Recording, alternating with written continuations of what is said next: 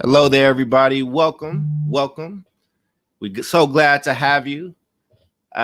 This is Energy Converters, and this is one of our first episodes co-produced by me, but mainly produced by this young man right here, Jaden Cummins. How you doing, Jaden?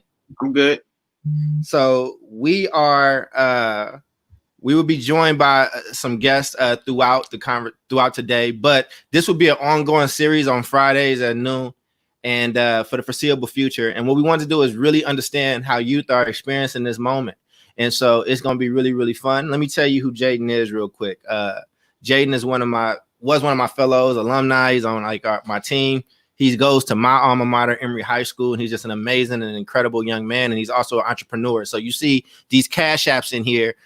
He's a young businessman. He has a few different things going on. But before we hop into that, Jaden, let's give him the logo real quick.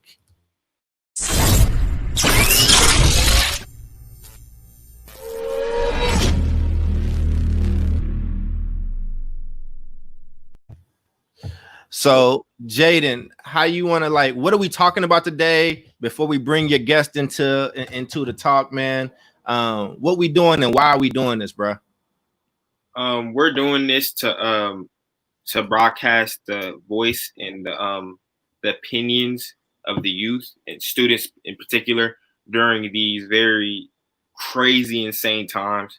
That's my passion towards this, to project youth voices, like help people, understand how the next generation feels about all of the things going on, COVID-19, the George Floyd situations, etc. Okay, that's what's up, man. And so why don't you tell them a little bit more about some of the other things that you do and some of the other roles you got? Because you're doing a whole bunch of stuff, man. And so we're gonna let you have it. Yeah, so currently I'm going into my senior year of high school. I've been in the Energy Converters program for about 2 years now. Mm-hmm. It's my sophomore year.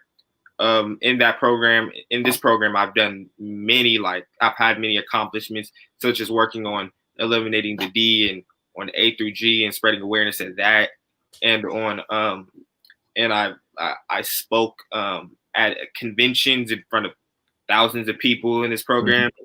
And alongside that, I've been creating my own company called iBlinko, which is connecting the youth to small businesses to have the youth help small businesses on their social media accounts. That's what's up, man. So, and I know we got a few guests. Let's bring them in before we get started on these questions. Why don't you introduce your people? Yeah. So here's my my buddy Kevin Butler from the Hidden Genius Project, a project that trains and mentors Black male youth in technology creation, entrepreneurship, and leadership skills to transform their lives and communities. And so he's currently in community college, I'm pretty sure.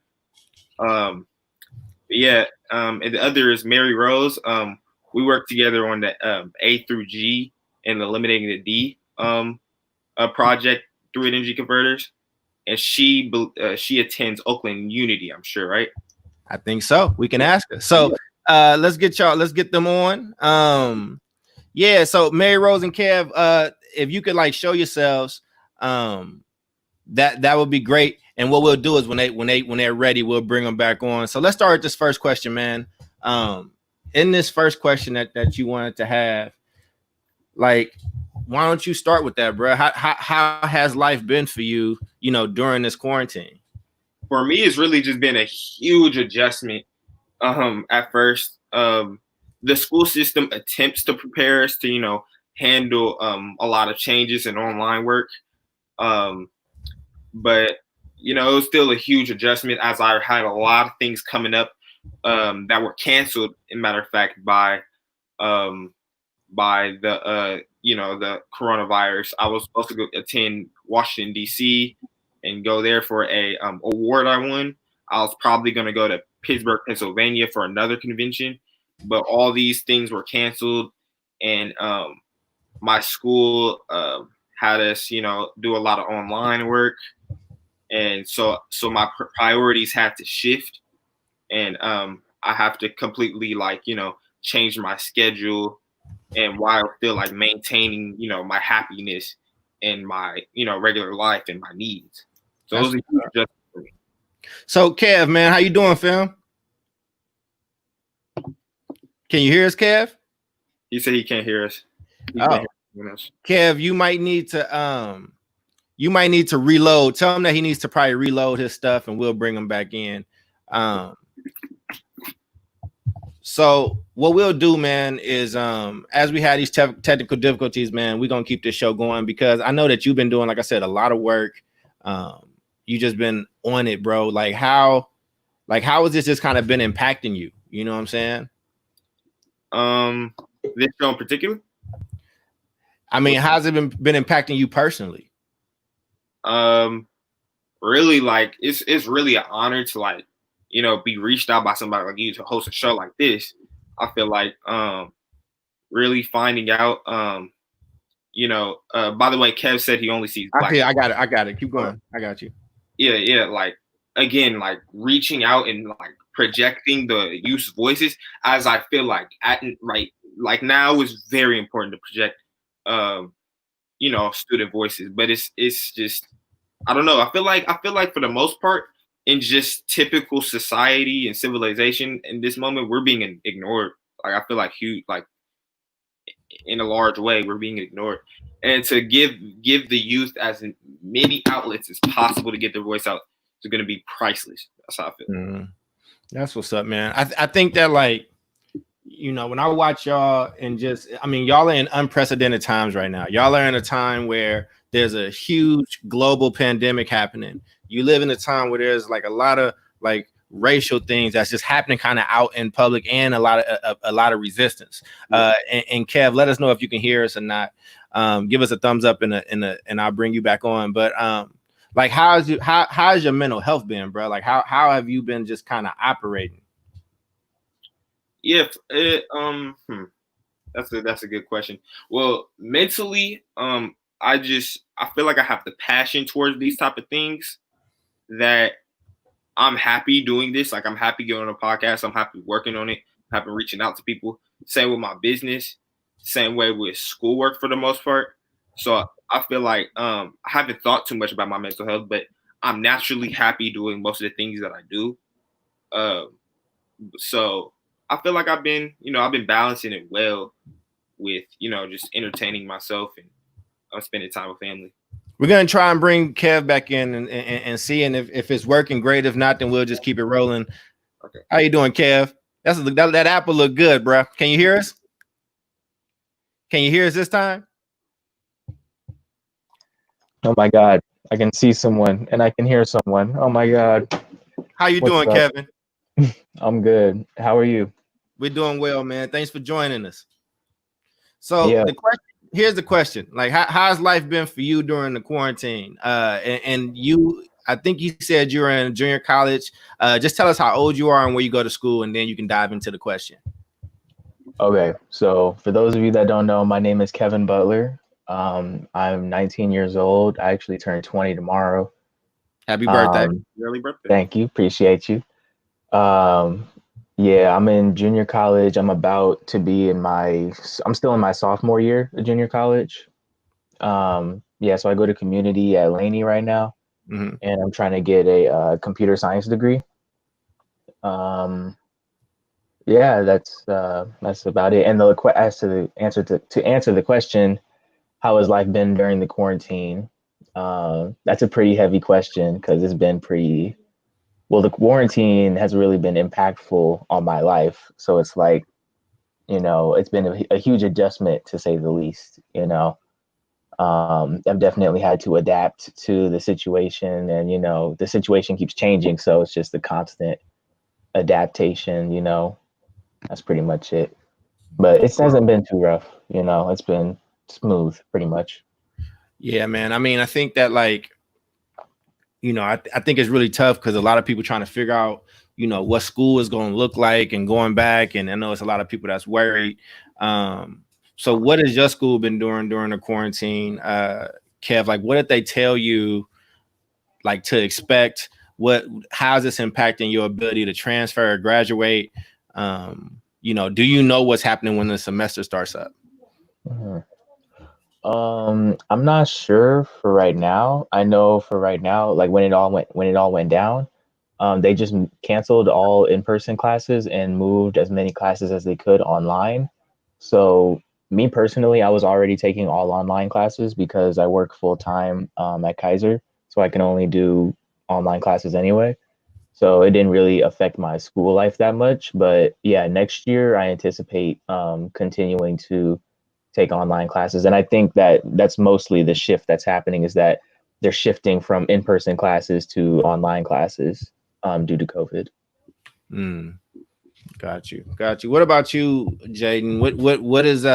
What is Emory kind of sent out around the fall? I mean, I know there were some people that needed to do summer school or whatnot. Like, have you heard anything? Yeah. I still can't see or hear Jaden. Oh, you can't. It's okay. Just keep you might just reload, Kev, and it might work the next time you come right back in. Go Okay. ahead, Jaden. Oh yeah, but yeah. So for me, it's just been for Emory. They sent us. They just told us like to get online.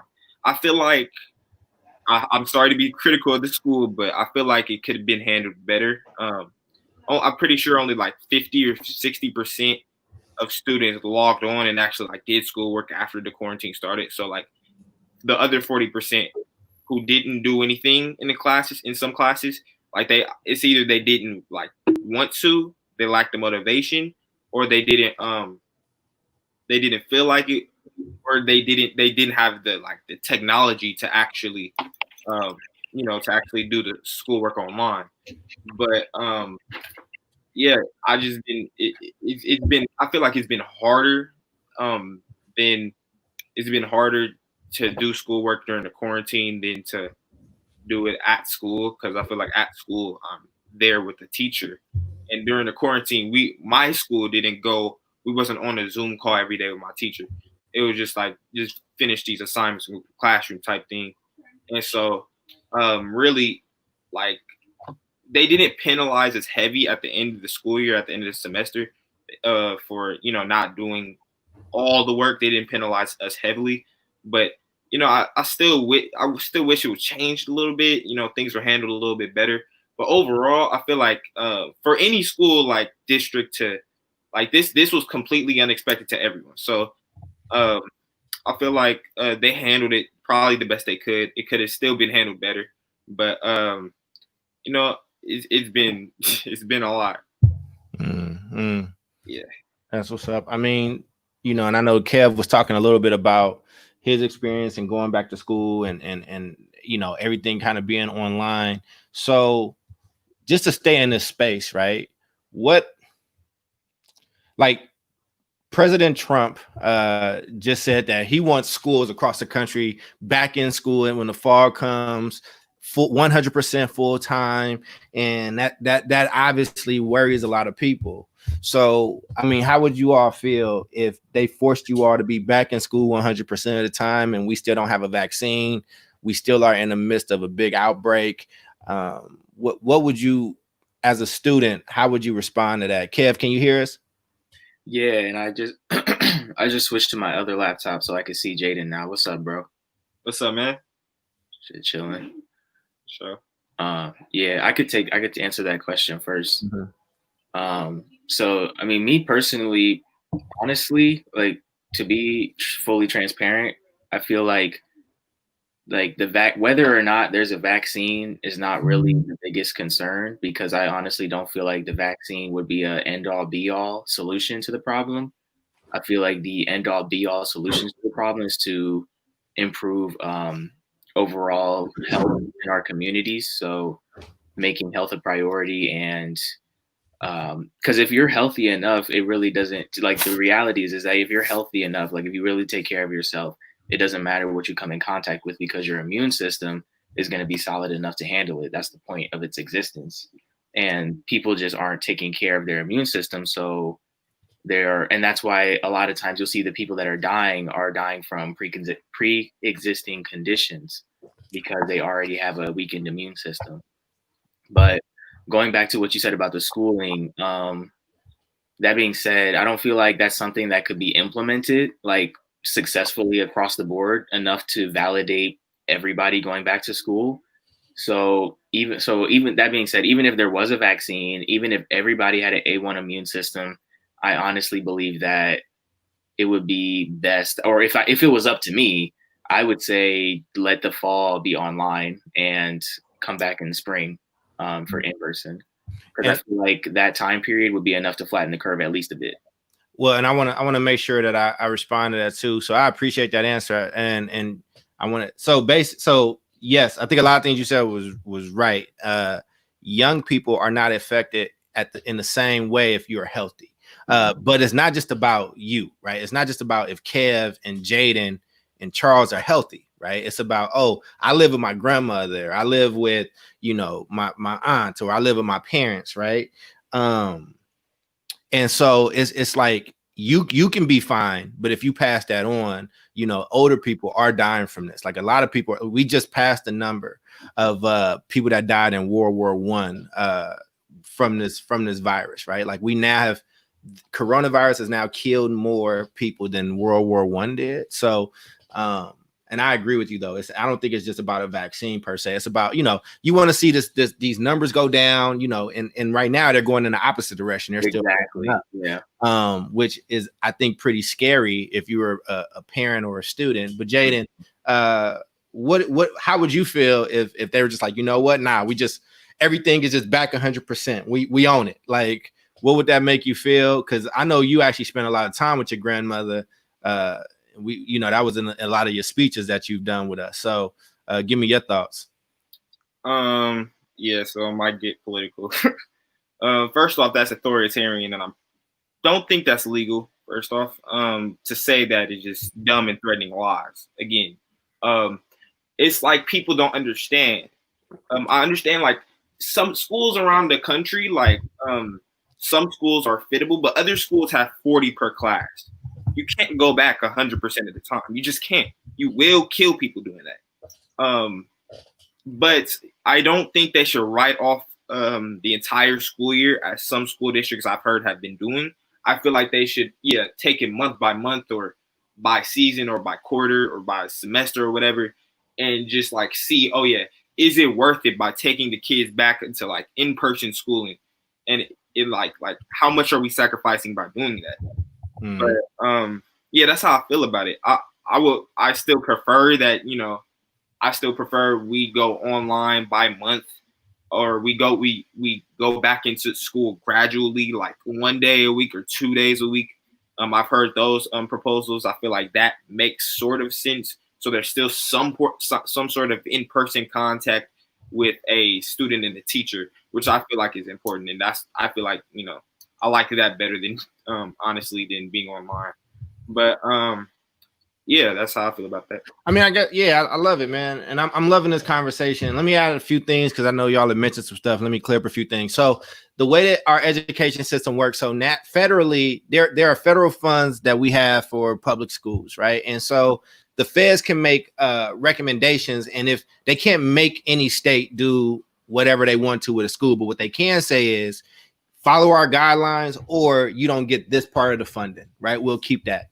But what happens is that when you go with states, right, governors tend to be somewhat loyal to their party, whatever party is in that presidential seat. So if the Republican president says this is what needs to happen, many Republican governors or bodies that be will kind of be like, okay, look, we need to kind of do this because this is what our president is saying, right? So these things are kind of intertwined in an interesting way. But that they have a lot of influence, right? And some folks are afraid of losing that funding. I think that, let's talk about the other side of it, right? Which is we are in the middle of this. We are in this moment. If we do have to be at home, that's going to be very hard on like a lot of working class people that have to work every day, and not just people that got kids in high school or whatnot, right? Like Jaden, you can get yourself up and be fine. Yeah. But if you got a first grader or second grader at home, so what would you all say to these parents that's a little worried about what's going to happen with them? Jaden, we'll start with you this time. Honestly, you got to fight for, you have to fight for the safety of your kid, but at the same time, you have to fight for your lifestyle too. Again, what I recommend is like, oh yeah, let's take this by a monthly basis. So we'll see, like, all right, the coronavirus is literally going like it's horrible right now, and it's tenfold as like last month. Let's not go back to school, and then the next month it might drop off like a lot, and then the next month it might already be gone, so you could take them, back to school. But I feel like it's just you just fight for what's right and what you feel is right, but being on the complete ends of the spectrum is just not. It's unsafe. I feel like it's dumb, honestly. But, yeah, that's all good. Kev, jump on in. How you feel? I mean, so like if I'm a parent and I got young kids, but I also got to work and we don't know what's happening, I can't really just like, I don't have that capacity. What's your reaction to that? Yeah. So me personally, it's like hard to relate to that perspective only because right now I kind of just stay with my mom and my younger sister, and she's like a teenager right now too. So she's pretty self-sufficient. So I've been kind of detached from the perspective of like a parent and a younger kid. But anytime I really think about like how this whole thing is affecting people, I feel like they are the ones that are going to be hit the most because of how, I was a teacher for a while. I mean, I still am a teacher, but I was teaching like younger students for a while. And what really stood out to me was the relationship that these students have with their parents. And it's like these kids being trapped with their parents like that, and the parents vice versa being trapped with the kids like that. Trapped. But and that's just speaking from my experience, like seeing the way that these, families interact. And it's like, I feel like this is just going to show an importance and a necessity for the student, not the student, but the child to the parent relationship, because it's like you, as a parent, you want to do what's best for your kid, right? And if that right now is to keep them at home, then, what do you want to do? You want to keep them at home because you want to protect them. But at the same time, we know that sometimes parents will leverage the school system to keep their kids, away just so they can, have some time and space to themselves. And it's like now they can't do that. So it's like, how do we mitigate that? How do we improve that situation and make it last for the long haul? Because things are getting worse, I agree with you, Kev. I would even go even further. I don't even think that is just like, it's not just mitigating for them to have time to themselves. It is like, I have to go to work. Like, I work here. If I don't go, like, I will get fired. You know what I mean? Like, and I think that it's a lot of people. Listen, we don't want to rush and make kids go back into an unsafe situation. Listen, we just released nonviolent prisoners and folks that were, close to getting out. We released them early because this thing was so deadly. So now to kind of tell people you got to send your kids into these places, I think that's scary for a lot of folks. I think it's a sucky situation, and I think it's really interesting all the way. And you guys, sorry Mary Rose isn't here. There was some technical difficulties, but it's all good. We're gonna keep it rocking. But let's transition into the next question. So now let's just kind of broaden this out. Like, so how is your community reacting to quarantine and coronavirus? Like, this is an unprecedented time, right? This has never happened in most living folks, like, lifetime to this extent. So, Kev, the people around you, how are they reacting to this stuff? This is really interesting because I live off of West Oakland BART in this kind of pocket neighborhood that's mostly gentrified, but it's right by West Oakland BART, so it's a stone's throw away from like the liquor store, Mandela's.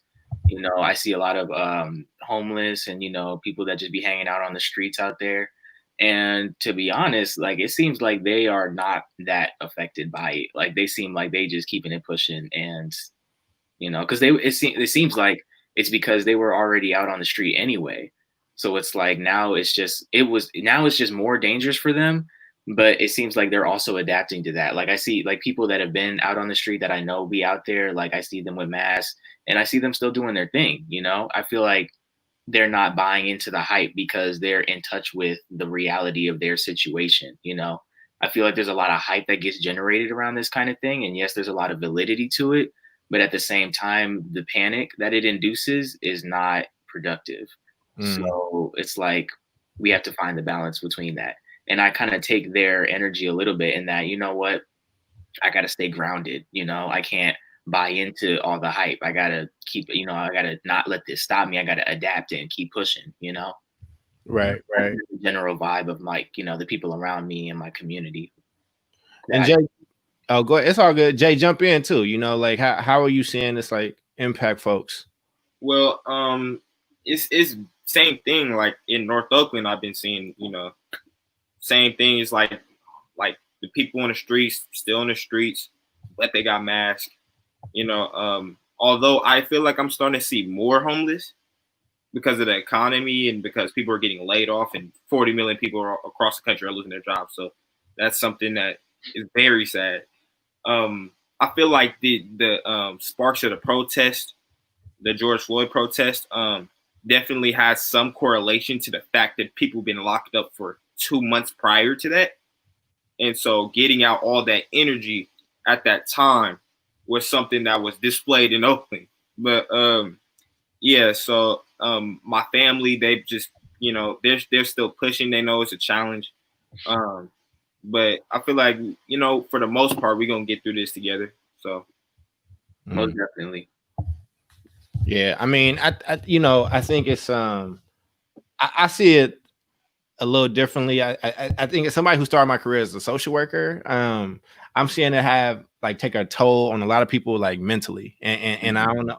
And some people are aware of it, and I don't think everybody is though. I think a lot of people are getting cabin fever, and then I also travel a lot. So, you know, when you see like what's happening in Florida and Texas, where folks are just like, forget it, we going to the beach, like it's packed, we doing whatever. Or even like when you saw like Lake Merritt, like if the last few weekends, it's been, yeah, you know, and I think folks just like, nah, I'm doing whatever. And then we saw that spike go up way high, and we now back to square one, maybe even a little further.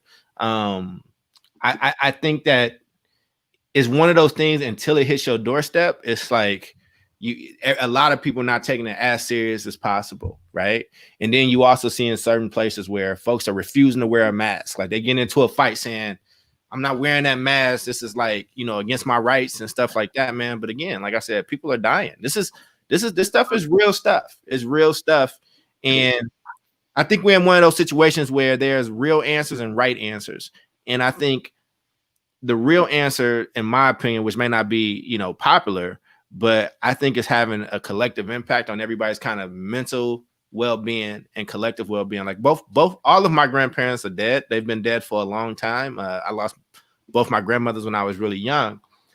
But I know that if both my grandparents were alive now and I saw that, and I would be having different type of reactions out in public. Like I probably would be one of those folks that wanted to swing on somebody, right? If they didn't have a mask on around me or whatever, because I don't want to make my grandmother sick. I don't want to bring that home. I just think it's tough, man. I just think it's really tough. But let's segue, because not only is this happening at the same time, we also having a real like tipping point in race relations and protests. And so let's roll right into, you know, how are y'all reacting? How do you see your community and you personally reacting to all the protests and just the uprising that kind of needs to happen? Is just is definitely happening at a certain time. Go ahead, Jay. Oh man.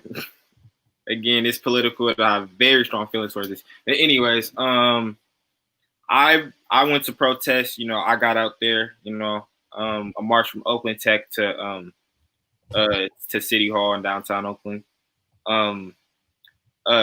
First off, the media, they completely overstate the rioting and looting. They're dog whistling, and they're still talking about this. And it makes me so mad, because of only 3 days of rioting and a few days of people just taking statues down, and all of a sudden that classifies hundreds of millions of Americans as evil. And it pisses me off. And it's like, if you watch the video, I still haven't fully watched the video because of George Floyd, you know, the entire situation. I've only seen clips, but it still pissed me off to the core. So I got out there, I started protesting, I let it out in like, I feel like it's a productive way.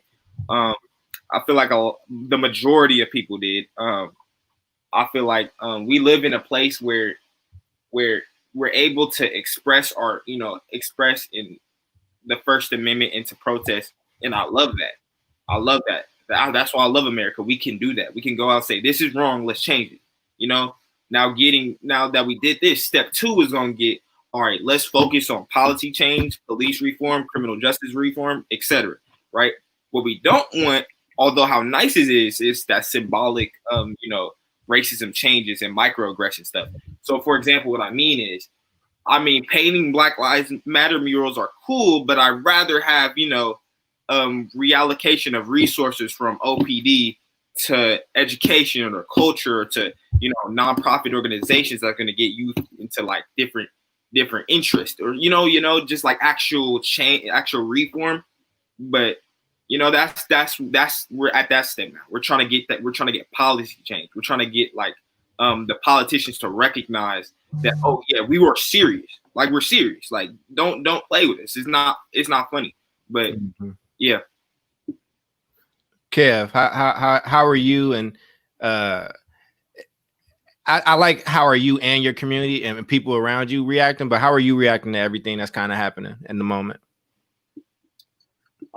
So when it first happened for me, I actually haven't watched the video. I feel like I couldn't because I saw the pictures and I saw like a clip, but I feel like if I sat and watched that whole 2.5-minute video of this man being suffocated to death, I don't think I would have been able to sit down or take that lightly. I'm a very sensitive person, and if I were to like sit and watch something like that, I can imagine the effect that it would have on me, and I feel like I need to protect my energy because I can't be responsible for what happens after that. Because I felt the same way when Trayvon Martin. It's the same thing, and it's like I can't allow myself to get re-hyped up over it, and it's like we need to get to we know what this is because it's been the same thing that it's been. We've been new. None of this is new. I feel like it's hit a generation and it's new for them, but we who have been here and know about it, we've been new.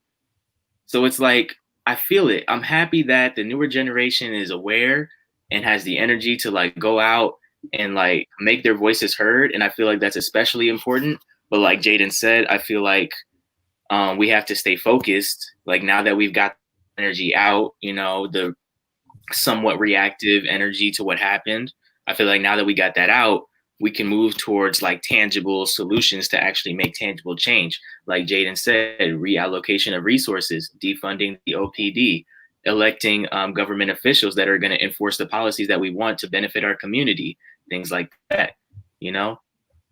Me and Jaden, we come from the Hidden Genius Project. Working with the community is a part of who we are now. So it's like, this is what we've been doing. And now it's just, how do we kick it into the second gear and really make it happen, I think there's a lot of wisdom coming from you young folks, man. I think that,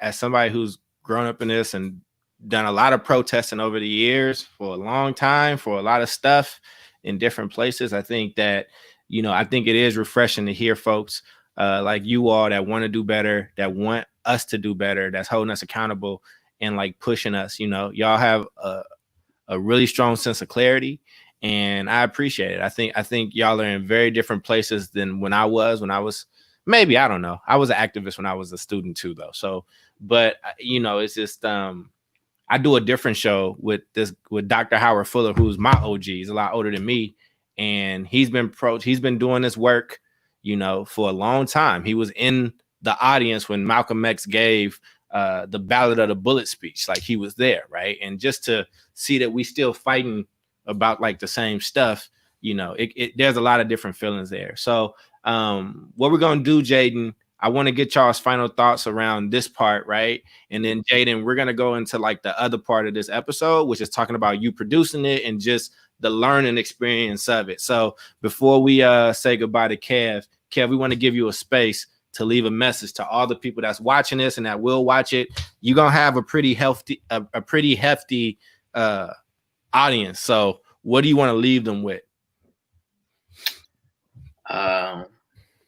I would leave the audience with the only thing that we really can do, that we know for sure that we can do about any situation that we may not like or have strong feelings about or whatever. The only thing that we really can do is our best. Mm-hmm. So I would put it to the audience to, if you don't know what that is, do the work to figure it out. If you do know what that is and you've been doing it already, you're exactly where you need to be.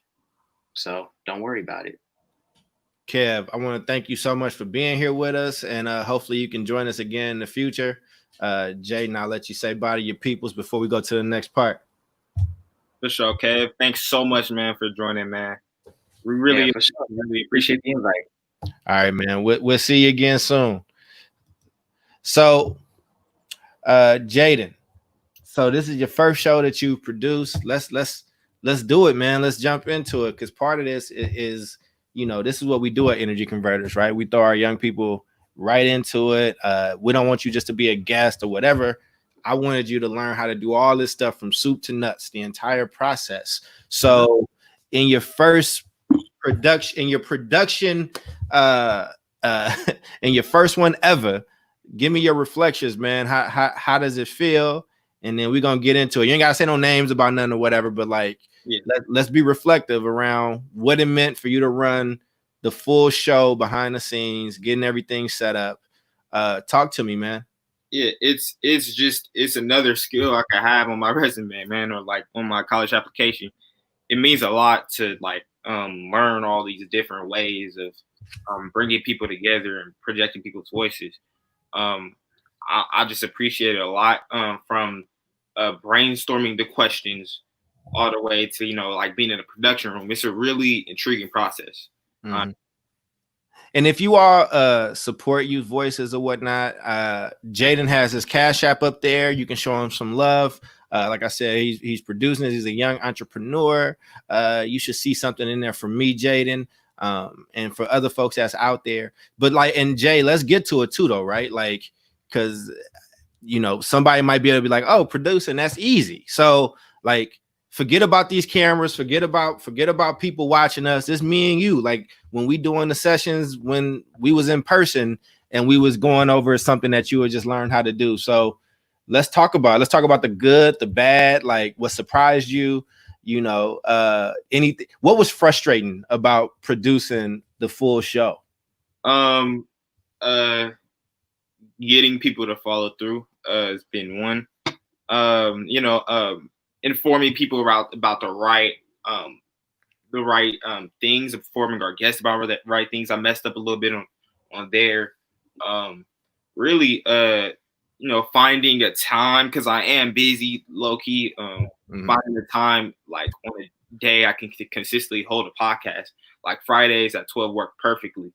I think there's any other day I could really, have a consistent podcast. But yeah, really is good. It was great having Kevin. It's great having you, Charles. But yeah, it's a really good process. I feel like it's very like important for me to know something like this, and I'm just building my skills more and more. I'm trying to become super, super valuable by the time I graduate. If I wanted to enter the workforce, or or to enter college, I already have all these skills. You know what I mean? So yeah, it's really amazing. Was there more involved than you thought it would be? Like, were you surprised by anything? Like, so when we were doing the run of show and the one pager and all that stuff, like yeah, there's definitely more involved, because the entire, like, the thumbnail creation, the promotion, there's a lot involved in holding a podcast. You picked the color, you had to pick the logo, you picked the background, we did the flyer, we had to talk about marketing. Like, how old are you, Jaden? You said what? How old are you right now? I'm 17. You are a 17-year-old executive producer. All right. Like here's the beauty about being born when you were born, right? Like, if I wanted to do this at 17, I mean, I could have like jotted down some stuff or whatever and tried to do it, but the technology just was not there in the same way. You needed to probably get an internship at like a news station or a radio station or something like that to kind of be exposed in that way. You have always been a young person that you saw something and you wanted to dive in and learn how to do it. I mean, even with your company, iBlinko, right? So, I think part of this that I want to have this last piece where we talked about the issues first, and then on the back end, you and I just do a session. Because one, I don't think a lot of people have experience with experiential learning, like experimental learning, and I don't think that a lot of people have like just walked through a process with somebody and allowed them to be reflective. So I'm extremely proud of you, and I think that you're doing an amazing job. But like, yeah, let's break it down, all right? And I don't think you messed anything up, but there's a lot to manage. So tell me some stuff that you learned, man, because people are gonna learn through listening to you. So let's just, again, we ain't worried about nobody. It's just us talking. So number one, I learned to like, thanks for the comment. I learned to be more responsible in terms of using things like Google Calendar. Make sure all my devices alert me when I get an email. Reaching out to people in a specific manner. It's another way of another thing I learned. And also just hosting a podcast, like being backstage, sending out links, creating the questions, brainstorming the questions. All of this is just I've learned so much. And yeah, I feel like even for the people in the audience, it's important to know too. If anybody in the audience want to start a podcast, it's really just like, yeah. I mean, yeah, and you're not done, right? After this, you're gonna have to watch it again. You're gonna have to, when I started doing this, there's a few different shows I produce. I just like this kind of stuff. So I would go on YouTube and learn how to do it and all that good stuff, man. But part of the other process is like you're gonna have to watch this again with a notebook, right? And just like, oh, I like this, I didn't like this, or I wanted to feel more conversational than more like a panel, or I wanted to feel more like a panel. Like you are making every single decision, like. You know what I'm saying? And I think that you're going to give a lot of people hope. Thank you, Jade. Let's read what Jade just said. She said, I love that he's gained this valuable experience at such a young age. Keep it up. Mark Sims sent you some love. He has a show in Chicago. I was on his show not that long ago. Hub actually went to Emory, the same school you go to now. He's one of my best friends, and he's doing some big things, man. So you got people that's out here that want to like be supportive of you. You know what I'm saying? So like, what did you, so we talked a little bit about some things that you changed. What made you feel really good about it? About this podcast? Just about getting through the day, getting it, like we talked about a while ago, finding the day, and all that good stuff. Like what made you feel good about it? Honestly, I've been anxious to just go and just have a podcast and just talk. Honestly, I like to like I wouldn't say vent, but I like to like just talk and express my opinions. To the masses. I feel like that's that's priceless. Again, it's amazing. I'm able to just like I'm here and I can say what I want to say to this question, and it's my show because there's no limitations. So it's hey, I love it. Yeah, and let me ask you, right, with the so what questions do you have for me? We still got a session. Like now that you've kind of gone through this, like feel free to ask whatever. Again, we ain't worried. I mean, people can just get to listen in on our conversation, but this is what we do at Energy Converters. Like we take young people, we make you the focus. Here's the philosophy, and a lot of people don't understand it. I'm not your teacher, you're not my student. I'm not building, I have no interest in that. I'm building partners in this work, and I want people that's fully capable to do it. So I don't treat you like a kid, because I didn't really get treated like a kid. I also like, so I just expect you to jump in and do what you need to do. Like I don't want you dependent on me or other people. Like I want you to be able to, instead of me giving you fish, I want to teach you. I want you to learn how to fish on your own. And I think you are an excellent fisherman. So but what and as we reflect, what questions do you have? So again, for me, like what do you think is like the main thing I need to improve on future podcasts? I think I don't know about if it's improving. I think that at time, I think that in time you will just get refined, right? And I think there are still some things that I'm still learning about. But so, for instance, one of the things that I think would be good is you did the questions, but you also got to make sure you go and do the research around those questions, right? So you want to make sure that whatever topic you're doing, you spend some hours, man, in your notebook. Remember, I always tell y'all, I carry this notebook with me everywhere I go, right? And every meeting that I have, I was just talking to somebody about this earlier. Anytime I'm talking to somebody, I'm jotting it down. I don't trust other people's notes. Like, I gotta do that because that's how I have to keep and retain information. Don't trust your memory. That's not something to trust. And the biggest lesson that you will take is you might feel really passionate about something when you're doing the research, and you might forget to write it down.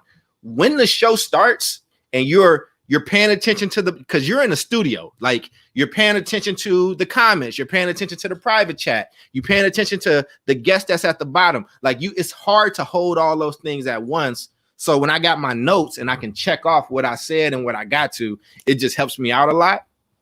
And I think that you're just making the transition from being a guest to being the host / executive producer.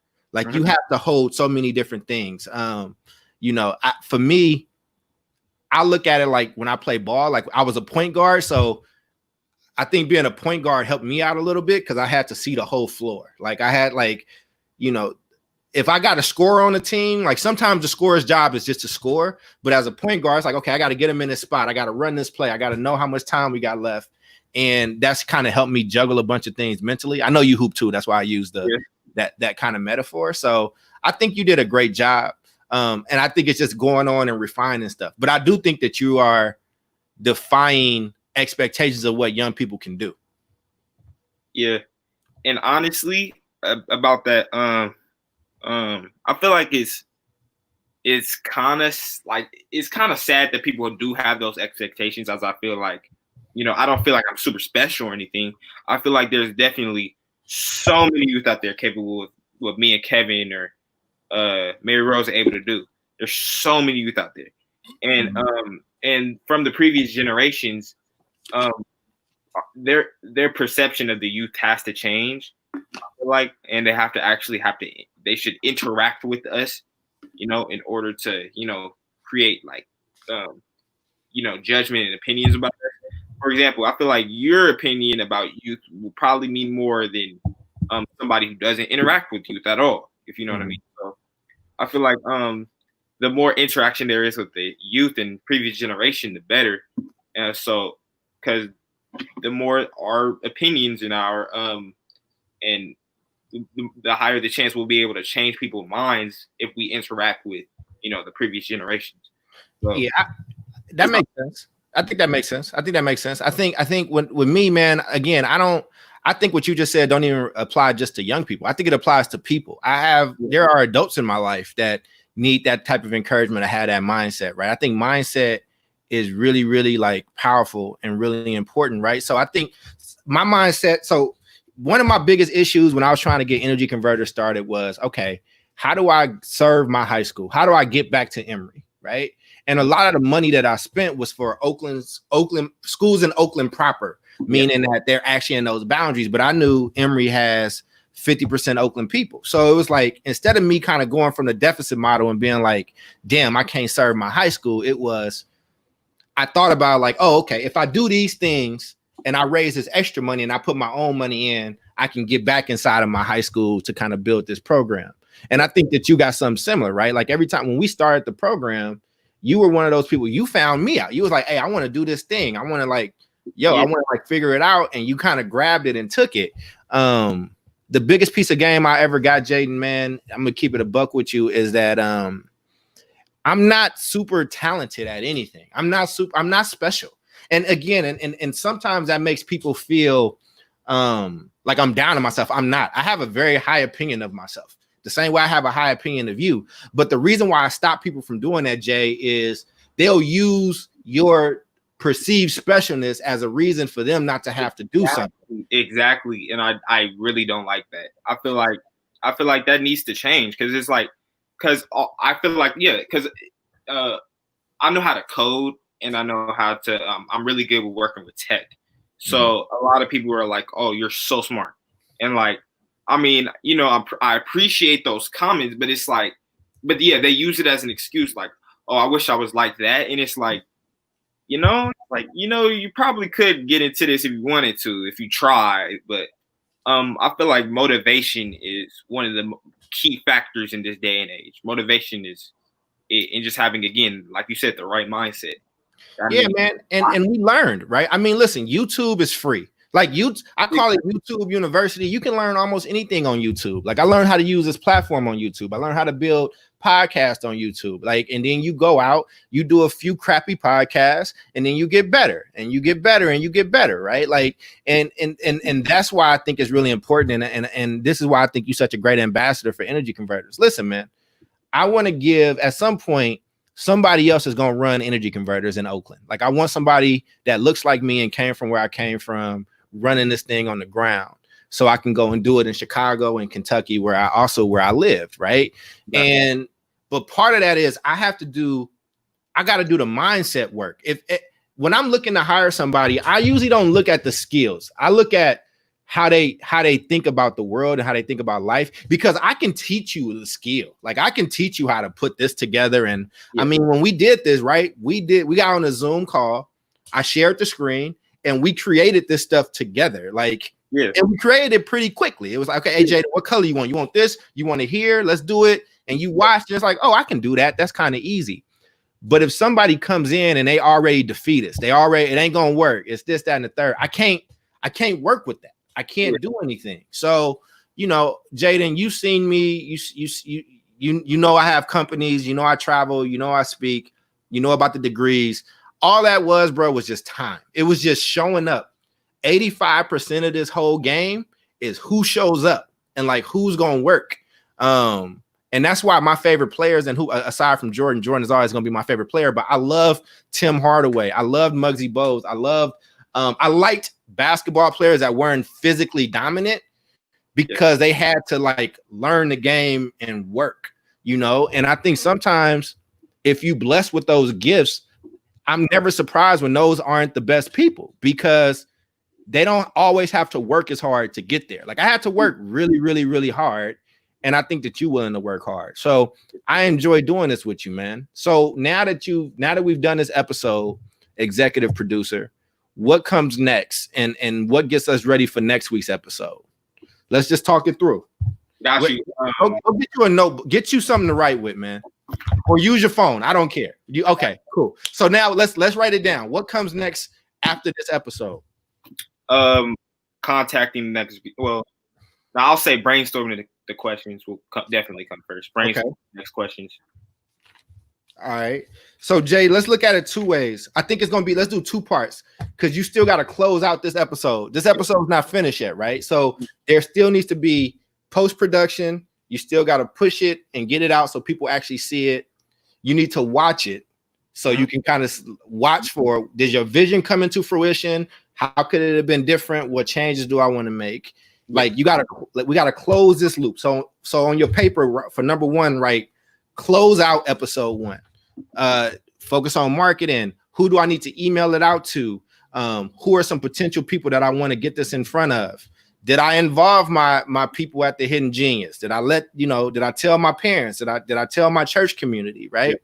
Yeah. And then we'll go into number 2, which is planning for the next show. Right. So, okay. This is what we said last time. What do I want to say this time? What voices do I want to have represented? What perspective do I want to give? And then the part that I think you need to add that probably wasn't as strong last time because we was focusing so much on the technical side of it is research. Like, here's the thing. A lot of times, let me be honest with you. A lot of times people write off when young people think stuff. People write off when Black people think stuff. It just depends, right? Like the way you combat that though is you got to show up prepared mentally. Like, so whatever topic you do, you need to just research the hell out of it too. You know what I'm saying? So by the next time we have our production meeting, which is like the halfway point between now and the next show, I'm expecting to see like pages of stuff. Like, okay, this is what I want to do. Like, I got like posters and stuff in here. You know what I mean? But Jaden, this ain't just a youth issue, dog. This is like people in my life that's older than me. Like, this is sometimes people just don't know how to get started, and you're gonna do well in life because you're not afraid to start. You're not afraid to fail in front of people, and you're not afraid to start. Don't ever lose that. Don't ever lose that. You did the hardest part. The hardest part was putting yourself out there. It was getting started. It was reaching out, and it's like, yo, okay, I had some guests. Those guests couldn't make it. Those guests had to cancel at the last minute. So now, yo, if I had multiple guests that couldn't make it or whatnot, or tech was an issue, now you're thinking about how do I make sure that message that this is important is honed into them next time. And these are the skills that I wish schools taught. I wish schools taught confidence. I wish they taught entrepreneurial groundwork stuff, and I wish they taught us how to be able to look into ourselves to get the things that we need to get. So. Yep. I know I just did a lot of talking at the end, but that's how this part kind of goes. You know what I'm saying? But is there anything else that you want to know? Any other questions or comments? I mean, we just talking, bro. Again, ain't nobody watching us. It's just me and you, fam. Not sure. Yeah, I got you. So yeah, I've already got a lot of ideas now. Since we had that little conversation, I've already got a lot of ideas I'm gonna put down this paper. But yeah. So what was I gonna ask you? I think that's it. Okay, cool. Actually, so just researching, brainstorming, close out episode. So yeah, I'm definitely gonna give you 100%. I'll let you know that. I'm gonna give you 100%. For the Don't rest do it for me. I'm fine, right? Like, this is like I create another one, right? Like, do it. Yeah. This is for you though. This is your legacy work, right? Yeah. It's like, I'm gonna give myself 100%. I'm just like, I'm giving my 100%. I did already. So I'm more knowledgeable than I was 2 hours ago. So yeah, I'm a put my knowledge towards that, and then hopefully I grow exponentially. But yeah. I'm gonna leave with this last thing, then, and this is what I say to y'all all the time. Anybody I work with, and it's kind of counterintuitive that what educators might say to young people, but I'm not an educator, and I'm not your teacher, and you're not my student. I say, don't depend on I may not be here. I may not be here next. Maybe something happens to me. Maybe I'm gone. Right? I never want you dependent on me. I never want you to depend on me. What I want is I want to build up the skills in you and young people that I work with to be able to get the things they need so they can survive and then thrive.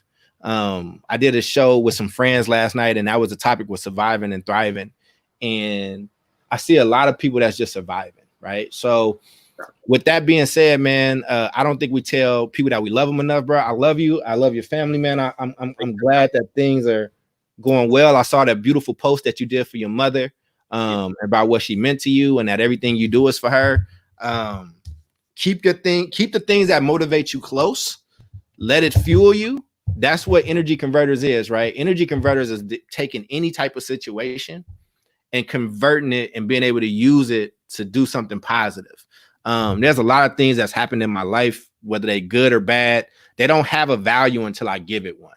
So, for somebody, they could have went through this whole process and it could have been a really bad experience for them if that's what they assigned to it, right? Or they could have did like you did, where it's like, nah, man, I just learned a lot in these 2 hours. I just learned a bunch from like setting this up to doing it or whatever. Jaden, you got something special. And I think the other young people that we work with in Energy Converters got something special. Most of this stuff is showing up, dog, and working harder than the next man. I'm gonna just keep it a band with you, or woman. I just want to keep seeing you grow, and I'm down to help you in any kind of way. And I'm looking forward to next Friday's show. For sure. All right. So you want to take us out? You want to tell these people bye and that they can find us next time here? Go ahead. Let me give you the screen by yourself.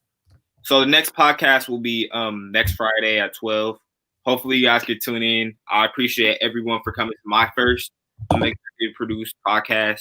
I hope you've enjoyed my guest, Kevin Butler, and I hope you've enjoyed time with me and Charles. So I hope we can see you again next Friday at 12 p.m. Pacific time. So, yep.